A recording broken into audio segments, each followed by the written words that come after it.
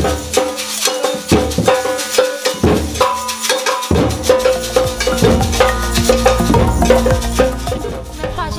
Peulwys I gyd am gael y cymuned yn yr ardal I gael balchder yn ei gymuned ac I fod y pawb at ei gilydd fel un dathliad.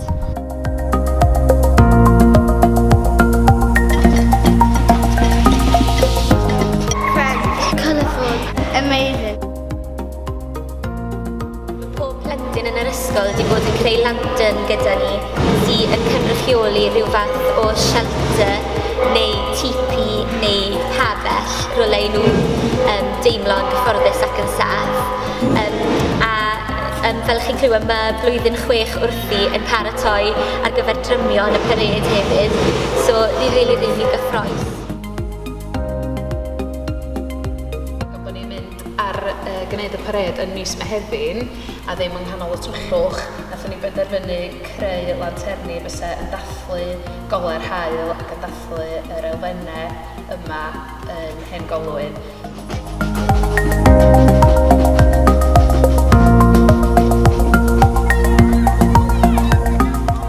Bwysig I ni fuddsoddi mewn prosiectau fel hyn oherwydd a cael busnesau I weld gwerth yn y celfyddydau a sut maen nhw'n uniaethu hefo bobl yn y cymunedau. Mae brosiect yma wedi bod yn werth chweil, yn dod â buddsoddiad yn buddio'r ddau ochr, yr ochr celfyddydol a yr ochr busnes.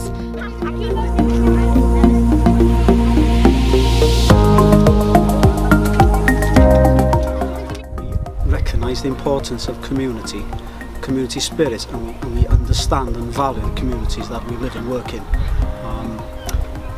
This estate here on Peulwys, we've seen it develop over the last 6 or 7 years to become an estate that we're really proud to have been involved with. It's really got through to them, and seeing so many people out on the estate, I think the whole thing seems to have been a great success. And I can see the children inside enjoying the cream cake. So.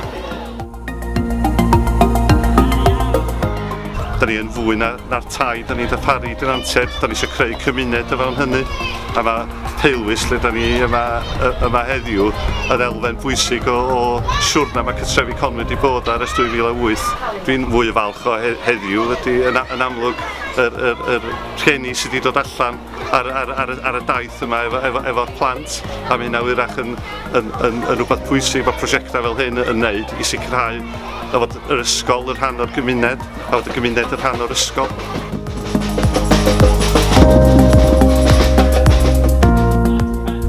Massive confidence boost for everybody involved, and it was really nice to see some of those children who don't normally excel to really come out of themselves and bloom, show off some of their hidden talents in terms of drumming and art as well.